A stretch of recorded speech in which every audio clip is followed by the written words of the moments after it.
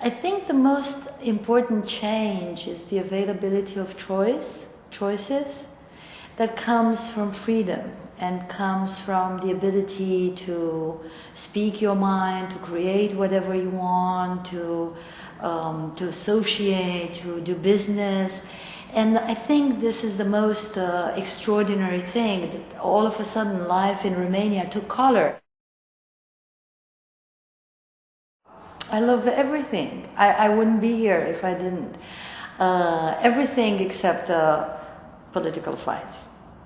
But you know, even that comes from the same color, the same creativity, the same extraordinary dynamism. It's a society that's it seems at times chaotic, but you know, it seems to me it's like it's the same turmoil that butterflies have when they come out of their cocoon. You know, it's a society that has been in a cocoon for so long and that has grown far beyond its initial boundaries, and in 20 years it's become so incredibly colorful and vibrant and moving, and everything is spinning at the same time. So you sometimes feel, you know, jugglers must feel very hard to spin all the plates at the same time in the air, but we'll get there. And meanwhile, everything I like, because everything is in becoming.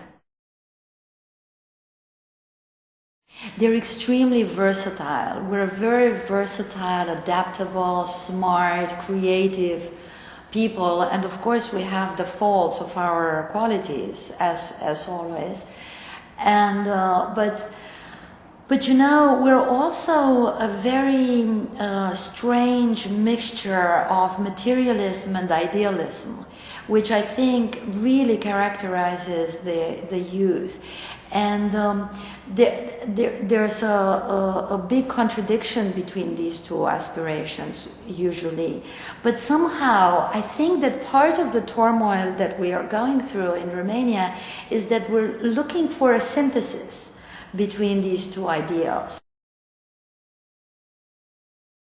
I'd say to anyone who wants to visit Romania, come to discover a soul, which you can only see if you see Romanian churches. I don't think there's any country in the world that has such a diversity of architectural styles in churches, even though the religion is the same. But you know, within 50 or 60 kilometers from the monasteries in Moldova to the wooden churches in Maramuresh, it's a whole new world. And yet it's a country that has such diversity, such cultural diversity and expression of their quest for the spirit and spirituality, because there's something very special in the way we have kept this connection to nature, to hospitality, to God, to one another, to the dead, to the living, to beauty in the countryside. I guess it depends on what you define as being European. But if you define European as being more than a geographic space, if you define it as a cultural attribute, and if that cultural attribute is rationality, for instance, then I would say that is much more than a European country, because it's a country that has the Enlightenment, the rationality of the Enlightenment, but it also has a mysticism and a fatalism that is very oriental, and it has a wisdom and the closeness to the cosmic, you know, to the other world, that is very Asian. So it's a country that is trying a synthesis of so much more than what we're used to considering just the rational Cartesian mind. And I think this is going to be our greatest asset in the 21st century, where all our certainties will be challenged. You know, I think we have in us the DNA of the fantastic, of the magical, of the extraordinary, and it comes easy to us, and we're playful, so I think we'll make it. It's a very interesting question because it comes, I think it's a combination of creativity and systemic thinking, you know. I mean, think about how our mindset was formed. We're a country of shepherds, and shepherds are loners, and they look at, what do, you know, at night they stay around and look at the stars.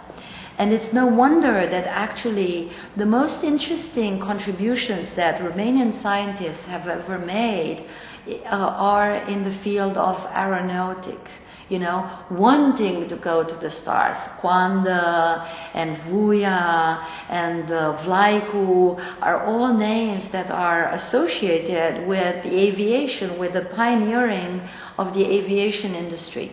So I think this is one thing, this sort of wonder about the world. And also IT, systemic thinking, mathematics, the creation, you know, Romanians think of problems always in a very complex way.